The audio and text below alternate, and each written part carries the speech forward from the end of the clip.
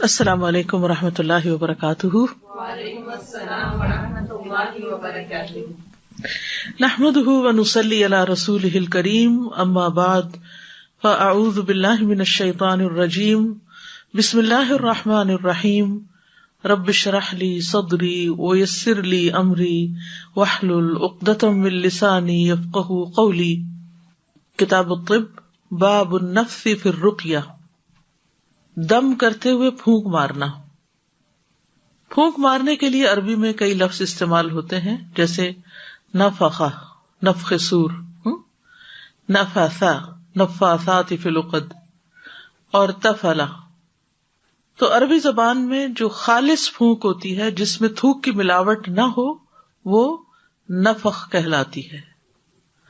اور پھونک کے ساتھ اگر تھوڑا تھوڑا تھوک ہو، یعنی تھوڑی تھوڑی تھتکار سی ہو، تو وہ نفث کہلاتی ہے۔ اور جب خالص تھوک ہو، یعنی زیادہ تھوک ہو، تو تفل یا بزاق کہا جاتا ہے اس کو۔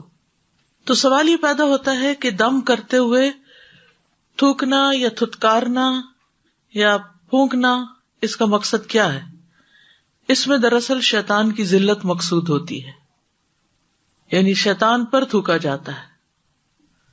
حدثنا خالد بن مخلد حدثنا سلیمان عن یحیی بن سعید قال سمعت ابا سلمة قال سمعت ابا قتادة يقول سمعت النبي صلی اللہ علیہ وسلم يقول الرؤيا من اللہ والحلم من الشیطان۔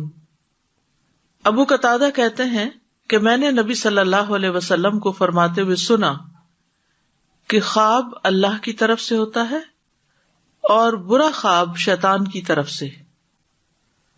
فَإِذَا رَأَىٰ أَحَدُكُمْ شَيْئًا يَكْرَهُهُ فَلْيَنْفِثْ، پھر جب تم میں سے کوئی ایسی چیز دیکھے جس کو وہ ناپسند کرتا ہے تو اسے چاہیے کہ تھتکار دے۔ حِينَ يَسْتَيْقِظُ، جب اس کی آنکھ کھلتی ہے، 3 مرات، 3 بار۔ وَيَتَعَوَّذْ مِنْ شَرِّهَا، اور اس خواب کے شر سے پناہ لے لے، یعنی اللہ تعالی کی۔ فَإِنَّهَا لَا تَضُرُّهُ، تو بے شک وہ خواب اس کو نقصان نہیں دے گی، تکلیف نہیں دے گی۔ وقال ابو سلمہ، اور ابو سلمہ کہتے ہیں وَإِن كُنتُ لَأَرَى الرُّؤْيَا، کہ میں ایسے خواب دیکھتا تھا اثقل علی من الجبل، جو مجھ پر پہاڑ سے بھی زیادہ بھاری ہوتے تھے، یعنی ایسا خواب میں دیکھتا گویا میرے سر پہ پہاڑ پڑ گیا ہو۔ فما ہوا الا ان سمعت ھذا، تو نہیں وہ اب ایسی کیفیت مگر یہ کہ جب سے میں نے سنا ھذا الحدیث، اس حدیث کو، فما ابالیھا، تو میں اب اس کی پرواہ نہیں کرتا، یعنی جب سے میں نے یہ حدیث سنی ہے تو اس کے بعد سے مجھے اب پرواہ نہیں، کیونکہ میں ایسا خواب آنے کے بعد تھتکار دیتا ہوں اپنے بائیں طرف۔ تو یہاں پر رؤیا اور حلم میں فرق کیا گیا ہے، اور یہ بتایا گیا کہ الرؤیا من اللہ والحلم من الشیطان۔ تو رؤیا وہ چیز ہے، رآ سے ہے یہ بھی، جسے انسان اپنی نیند میں دیکھتا ہے۔ فی ما یری النائم فی نومہ، یعنی سوتے ہوئے دیکھتا ہے۔ اکثر یہ سچا خواب ہوتا ہے، یعنی اس میں کوئی ایسی چیز نہیں ہوتی جو بے قرار کرے انسان کو یا بری ہو۔ اور حلم جو ہے برے خواب کو کہتے ہیں، ڈراؤنے خواب کو۔ تو برے خواب دیکھنے پر شیطان کو تھو تھو کیا جاتا ہے اور شیطان کے شر سے اللہ تعالی کی پناہ مانگی جاتی ہے۔ تو ایسا کرنے سے شیطان کی تذلیل ہوتی ہے۔ تو اس سے یہ بات پتہ چلتی ہے کہ دم کرتے ہوئے تھتکارنے کا بھی جواز ہے، اور تعوذ بھی دم ہی کی ایک قسم ہے۔ اور امام بخاری نے ان لوگوں کی تردید کی ہے جن کا موقف یہ ہے کہ دم کرتے وقت تھتکارنا نہیں چاہیے، کیونکہ قرآن مجید میں نفاثات کے شر سے پناہ مانگنے کی تلقین ہے۔ لیکن مذموم نفس وہ ہوتا ہے جو جادو ٹونا کرتے وقت کیا جائے، یعنی نفاثات مذموم معنوں میں استعمال ہوا ہے، لیکن وہ جادو ٹونا کرتے وقت ہوتا ہے، جبکہ اللہ کا ذکر کر کے شیطان کے لیے تھو تھو کرنے میں کوئی حرج نہیں۔ ایسا کرنا احادیث سے ثابت ہے، یعنی تھتکارنا جو ہے وہ حدیث سے ثابت ہے۔ یہاں خواب کی حقیقت کے بارے میں بھی کچھ باتیں آپ سے کرنا چاہوں گی. ابو ہریرہ بیان کرتے ہیں کہ رسول اللہ صلی اللہ علیہ وسلم نے فرمایا خواب 3 طرح کے ہوتے ہیں. نمبر 1 اچھا خواب جو اللہ تعالی کی طرف سے خوشخبری ہوتی ہے، بشارت. نمبر 2 وہ خواب جو شیطان کی طرف سے غمگین کرنے والا ہوتا ہے، انسان کو پریشان کرتا ہے.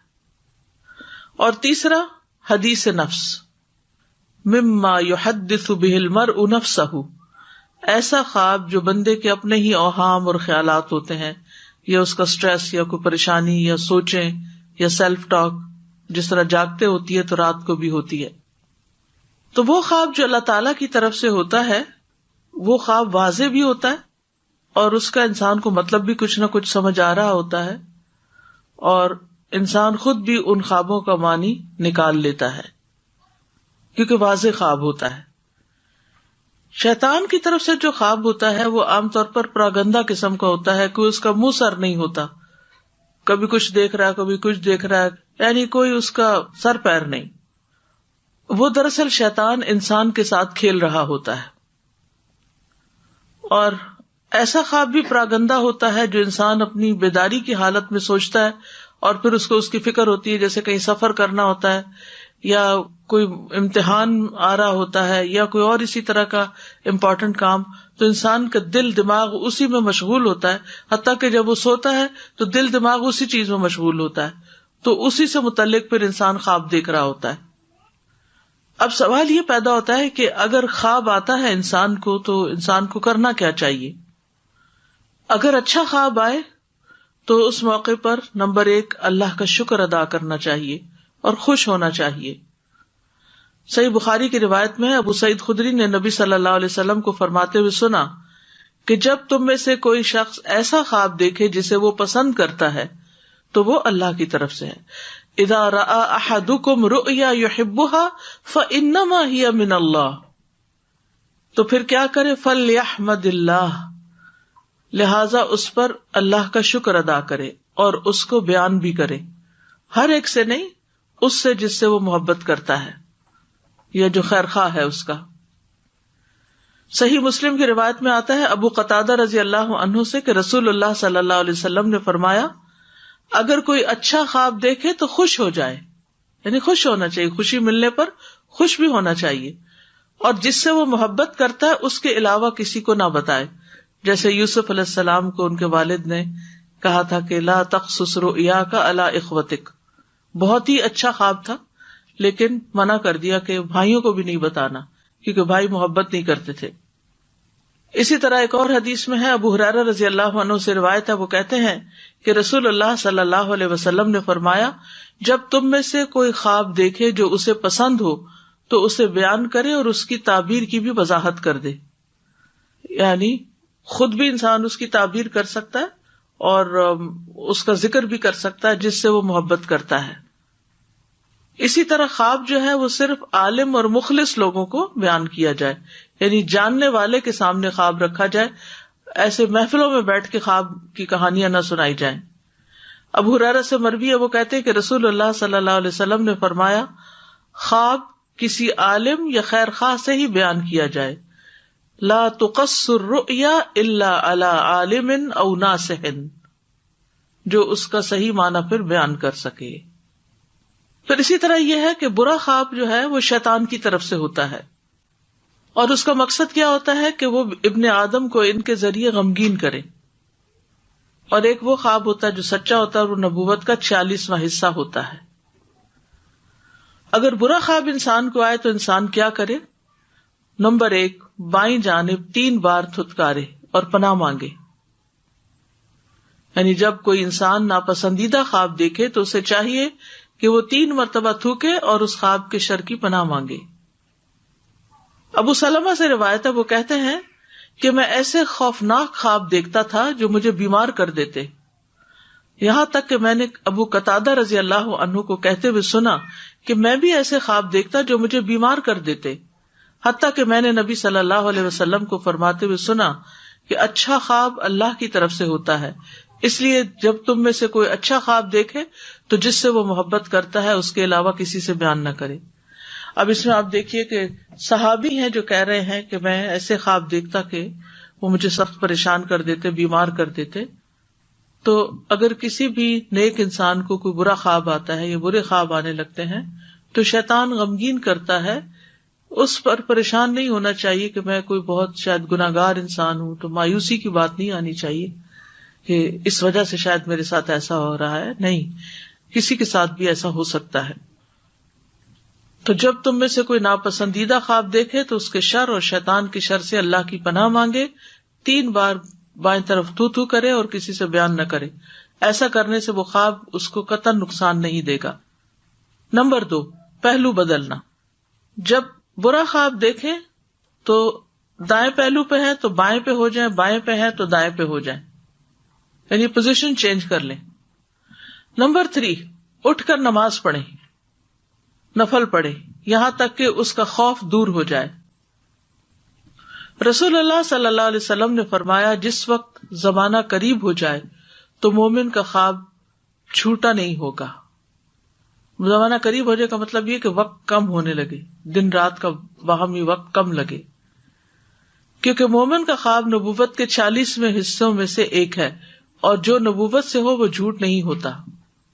محمد بن سیرین کہتے ہیں میں بھی یہی کہتا ہوں، اور کہتے ہیں کہا جاتا ہے کہ خواب 3 طرح کے ہوتے ہیں: دل کے خیالات، شیطان کا ڈرانا، اور اللہ کی طرف سے خوشخبری. جس نے خواب میں کسی بری چیز کو دیکھا چاہیے کہ اسے کسی سے بیان نہ کرے اور کھڑا ہو کر نماز پڑھنے لگے. اگر مثلا رات کو نہیں ہمت ہوئی، نہیں پڑھا گیا، تو دن کو کوئی نفل وغیرہ پڑھ لے. نمبر 4، خواب کسی کو نہ بتانا. کسی دوست اور کسی دشمن اور کسی تعبیر کرنے والے اور نہ کرنے والے کسی کو بھی یہ خواب نہ بتائیں جو برا خواب آیا ہو آپ کو، اپنے بارے میں یا کسی اور کے بارے میں. تو جب آپ یہ 4 کام کر لیں گے تو یہ خواب آپ کو کبھی نقصان نہیں دے سکے گا. جابر کہتے ہیں کہ ایک اعرابی نبی صلی اللہ علیہ وسلم کی خدمت میں حاضر ہوا. کہا اللہ کے رسول، میں نے خواب میں دیکھا ہے کہ میرے سر کو تلوار کا نشانہ بنایا گیا ہے اور وہ لڑکتا ہوا جا رہا ہے اور میں اس کے پیچھے دوڑ رہا ہوں. تو رسول اللہ صلی اللہ علیہ وسلم نے اس اعرابی سے فرمایا نیند کی حالت میں شیطان تمہارے ساتھ جو چھیڑ خانی کرے وہ لوگوں کو نہ بتاؤ. یعنی وہ جس قسم کی حرکتیں کرتا ہے تم سے سوتے ہوئے خواب کے اندر، تو وہ دوسروں کو تک مت لے جاؤ.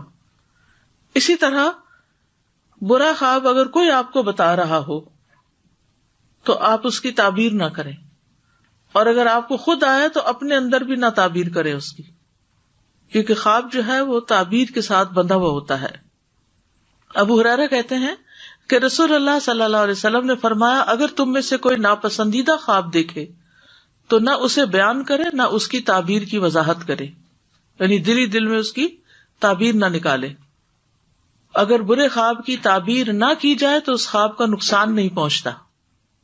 تو کبھی کوئی شخص آتا نا آپ کے پاس اور کہتا ہے میں نے ایک ناپسندیدہ خواب دیکھا ہے، تو آپ اسے کہیں کہ مجھے خواب مت سناؤ، یہ 4 کام کر لو. کون کون سے؟ بائیں طرف تتکارنا، پوزیشن چینج کرنا، نماز پڑھنا، خواب کسی کو نہیں بتانا. تو جیسا کہ نبی صلی اللہ علیہ وسلم نے بتایا کہ پھر یہ خواب انسان کو نقصان نہیں دے گا. ٹھیک ہے. اور اگر وہ شخص اصرار کرے نہیں مجھے تعبیر چاہیے، مجھے تو ضروری پوچھنا ہے، تو آپ اسے کہیں کہ نہ میں تعبیر بیان کر سکتا ہوں نہ کوئی اور. اس کو ڈسکریج کرے، کیونکہ اس کی خیرخواہی اسی میں ہے. تو انسان پہ لازم ہے کہ وہ اپنے آپ کو پرسکون کرے اور خواہ ایسے خواب کے پیچھے مت جائے. سورۃ المجادلہ میں بھی آتا ہے انما النجوى من الشیطان لیحزن الذین آمنوا، کہ نجوہ جو ہے، یہ سرگوشی جو ہے وہ شیطان کی طرف سے ہوتی ہے تاکہ ایمان والوں کو غمگین کرے. اور یہ بھی سرگوشی ہی کی ایک قسم ہے کہ وہ رات کو خواب میں آ کر پریشان کرتا ہے. اگر کوئی شخص آپ سے خواب کی تعبیر پوچھے تو خواب کی تعبیر کے کچھ اصول ہیں. نمبر 1، خواب تعبیر کے مطابق واقع ہو جاتا ہے. ٹھیک ہے. اس کی مثال ایسے ہی ہے کہ جیسے ایک آدمی نے اپنی ایک ٹانگ اٹھا لی، اب وہ انتظار میں ہے کہ اسے کب رکھے. تو جب کوئی آدمی خواب دیکھے تو اسے صرف اہل علم سے بیان کرے، ورنہ کیا ہے کہ وہ ٹانگ رکھی جائے گی یعنی تعبیر بیان کرنا کیا، جیسے ٹانگ واپس رکھنا، تو وہ چیز واقع ہو جائے گی. تو تعبیر جو ہے ہر شخص کو تعبیر کرنی بھی نہیں چاہیے. مثلاً کوئی کسی کو اپنا خواب سنا رہا تو بیچ میں خواہ بخواہ انٹرپٹ کر کے آپ تعبیر نہ بتانا شروع کر دیں. وہ آپ سے پوچھ بھی نہیں رہا اور آپ بول دیتے ہیں. یا کسی کا کوئی خواب سنے تو اچانک نہ سوچا نہ سمجھا منہ سے کچھ نکال دیا، یہ بھی نہیں ہونا چاہیے. ابو ہریرہ سے روایت ہے کہ رسول اللہ صلی اللہ علیہ وسلم نے فرمایا، مومن کا خواب نبوت کے 40 حصوں میں سے ایک ہوتا ہے. تو مومن جو ہے وہ مومن کے بارے میں حسن ظن رکھتا ہے. تو اب اگر نبوت کا 46واں حصہ ہے تو وہ وحی کی ایک قسم ہے، اور پھر اس کی تفسیر نہیں کرنی چاہیے جب تک کہ علم نہ ہو. ٹھیک ہے نا. پھر اسی طرح یہ ہے کہ تعبیر کرتے وقت حالات کا بھی تعین کرنا چاہیے کہ کس نے خواب دیکھا ہے، کب دیکھا ہے، دن کو دیکھا ہے، رات کو دیکھا ہے، کہیں اس کے خیالات ہی تو نہیں. پھر اسی طرح بعض لوگ ایک کتاب تعبیر الرؤیا جو ہے اس کو ابن سیرین کی طرف منسوب کرتے ہیں، جبکہ وہ عبد الغنی نابلسی کی کتاب ہے تعطیر الانام فی تعبیر المنام. تو اس کے ساتھ کچھ تبدیلیاں کر کے تو اسے غلط منسوب کر دیا گیا ابن سیرین کی طرف. ٹھیک ہے جی. آپ Ustaz ji, in the first hadith that was mentioned, that when you see a good dream, you can mention, well, you had this. So it is like a recommendation that it should be mentioned, because sometimes many people اس کا یہ مطلب ہے کہ جیسے کس کو وہ اگلی حدیث میں بتا دیا گیا، Right, عالم کو اور خیرخواہ کو بتائے، یعنی اسے وہ بتا سکتا ہے لیکن برا تو بتانا ہی نہیں چاہیے. Right, but I mean for the good dream, when someone sees a good dream about someone, is it something that is encouraged that you go and tell that person? Yeah. It is. Okay, alhamdulillah. And with regards to this thing that someone sees a bad dream, and then the first step is that they would spit on the left side for 3 times. So that obviously is right after that someone already knows and has seen. If they come to you next day and say, okay, I saw a very bad dream last night, do you tell them to do that even then? نہیں، وہ تو رات کو ہی It's only at that time, right? So I just wanted to ask, what is ta'bir exactly? Like if somebody sees a dream and comes to you and tells you, I saw, maybe it was a person who has died recently and they were in this condition, they looked like this, they said this. And if you end up saying something like, that's a good dream, is saying a good dream ta'bir, or is it like, It's a ta'bir. That's a ta'bir. Yes. So saying that that's a good dream. You should not say anything. بس یہ کہ اگر کوئی اپنی اس طرح کی بات کرتا تو اسے یہ کہ تسلی رکھو اور دعا کرو اور جو کرنے کے کام ہے وہ بتائیں. So then we shouldn't say anything at all. یا اگر اچھی خواب ہو تو پھر تو کہہ سکتے ہیں، ہاں، لیکن اگر خراب خواب ہے تو ہم اسے غلط بیان نہیں کریں کہ اچھا ہے. Assalamu alaikum. وعلیکم السلام. I was wondering the difference between the good dream, the true dream, and then the third category dream, which is something based on what has happened during the day. What if the good dream is, yes, you've been discussing something during the day and then you dream about it in a good way? So is that still part of the third category, or does it? It's part of third category. So I was thinking sometimes when you wake up, you don't necessarily think that it was a bad dream, and it's not a bashara as well, and it's someone who's hardly related to you, or you would think about them, and you see them, maybe they had passed away and they're in the dream and they're asking for something, or about the death of someone who's related to you. Us maybe کے بارے میں کہتے ہیں کہ جب کوئی فوت شدہ بندے کو دیکھتا ہے تو جس حال میں دیکھتا ہے وہ اسی میں ہی ہوتا ہے، اور اگر وہ کچھ مانگتا ہے تو صدقہ کرنا چاہیے اور اس کے لیے دعا کرنی چاہیے. اٹس کائنڈ آف ریمائنڈر، جیسے سب کوئی آ کے تو بعض اوقات وہ کچھ کہتا ہے کرنے کو وہ کر لینا چاہیے، کوئی قرض ادا کرنے کو یا کوئی وصیت پوری کرنے کو یا کچھ بھی اس طرح کا. ایسے کئی واقعات ملتے ہیں، یعنی گائیڈ لائن بھی ہوتی ہے. جیسے سورۃ یوسف میں خوابوں کا ذکر ہے جو بادشاہ نے دیکھے، اور ضروری نہیں کوئی نیک آدمی اچھا خواب دیکھے گا اور کوئی برا ہی دیکھے گا. اب وہ نان مسلم تھا بادشاہ جس نے بالکل سچا خواب دیکھا تھا، وہ جو 7 گائیں ہیں پتلی ہیں جو موٹی گایوں کو کھا رہی ہیں. بعض اوقات آپ آیت الکرسی اور سب کچھ پڑے ہوئے ہوتے ہیں، پھر بھی آپ کو کوئی نہ کوئی برا خواب آ سکتا ہے. جیسے آپ صبح شام کے اذکار پڑھتے ہیں پھر بھی شیطان وسوسہ ڈالنے میں کامیاب ہو جاتا ہے کبھی، لیکن انشاءاللہ وہ نقصان نہیں دے سکے گا. جی آپ نے جیسے فرمایا کہ اپنے خواب جب دیکھیں تو اگر برا خواب ہے تو خود سے بھی تعبیر نہ کریں، لیکن ایک آٹومیٹک خیال آ جاتا ہے. خیال تو آ جاتا ہے اس کو جھٹکیں اور تعوذ پڑھیں. حدثنا عبد العزیز ابن عبد اللہ الاویسی حدثنا سلیمان عن یونس عن ابن شہاب عن عروۃ بن الزبیر عن عائشہ رضی اللہ عنہا قالت کان رسول اللہ صلی اللہ علیہ وسلم اذا اوى الى فراشه نفث في كفيه بقل هو الله احد وبالمعوذتين جميعا ثم يمسح بهما وجهه وما بلغت يداه من جسده. قالت عائشة فلما اشتكى كان يأمرني ان افعل ذلك به. قال يونس كنت ارى ابن شهاب يصنع ذلك اذا اتى الى فراشه. حضرت عائشہ رضی اللہ تعالیٰ عنہ کہتی ہے کہ رسول اللہ صلی اللہ علیہ وسلم جب اپنے بستر پر آتے تو وہ اپنی ہتھیلیوں میں 3 بار پھونک مارتے قل هو اللہ اور معوذتین پڑھ کر، جمیعاً ساری یعنی تینوں صورتیں پڑھ کے، ثم یمسح بہما وجہہ پھر ان ہاتھوں کے ساتھ اپنے چہرے کا مسح کرتے، وما بلغت یداہ من جسدہ اور جہاں بھی ان کے دونوں ہاتھ ان کے جسم تک پہنچتے یعنی سیلف رکیا کرتے. قالت عائشہ تو حضرت عائشہ کہتی ہیں فلما اشتکا پھر جب آپ بیمار ہو گئے کان یأمرنی ان افعل ذلک بہ تو آپ مجھے حکم دیتے تھے کہ میں آپ کے ساتھ ایسا کروں یعنی نبی صلی اللہ علیہ وسلم کے لیے ایسا کروں. قال یونس کنت ارا یونس کہتے ہیں میں نے دیکھا ابن شہاب زہری کو یصنع ذلک وہ بھی ایسا کرتے تھے یعنی ہاتھوں پہ دم کر کے پھر وہ ہاتھ پھیرتے تھے اذا اتی الی فراشہ جب وہ اپنے بستر کی طرف آتے تھے.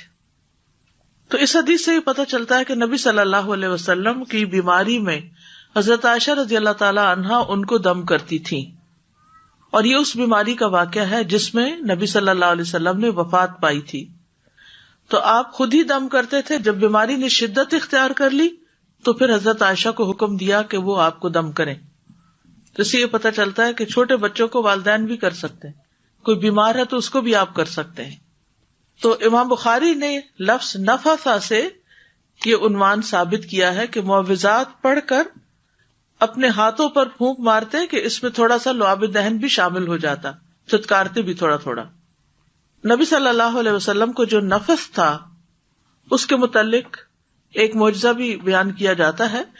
صحیح بخاری میں آتا ہے، یزید بن ابو عبید سے روایت ہے، وہ کہتے ہیں کہ میں نے سلمہ بن اکوع رضی اللہ عنہ کی پنڈلی پر ایک زخم کا نشان دیکھا تو پوچھا کہ ابو مسلم یہ کیسا زخم ہے، یعنی پنڈلی پہ زخم لگا ہوا ہے. انہوں نے کہا یہ تلوار کا زخم ہے جو مجھے خیبر کے دن لگا تھا. تو لوگوں نے کہا کہ سلمہ تو مارے گئے. بس تب میں نبی صلی اللہ علیہ وسلم کی خدمت میں حاضر ہوا، آپ نے اس پر 3 بار دم کیا. میں نے اس وقت سے اس زخم کی کوئی تکلیف محسوس ہی نہیں کی. حالانکہ لوہے کا زخم جو ہوتا ہے اس کی اپنی ایک وس جس کو بولتے ہیں یا زہریلا پن بھی ہوتا ہے اس کے اندر. تو اس باب سے کیا سمجھ میں آیا؟ رات کے وقت اپنے آپ کو دم کرنا، اس کو عادت بنا لیجیے. یہ بھی پروٹیکشن کا ذریعہ، بٹ پہ جا کے کرنا، یہ مسلح پہ بیٹھ کے نہیں کرنا.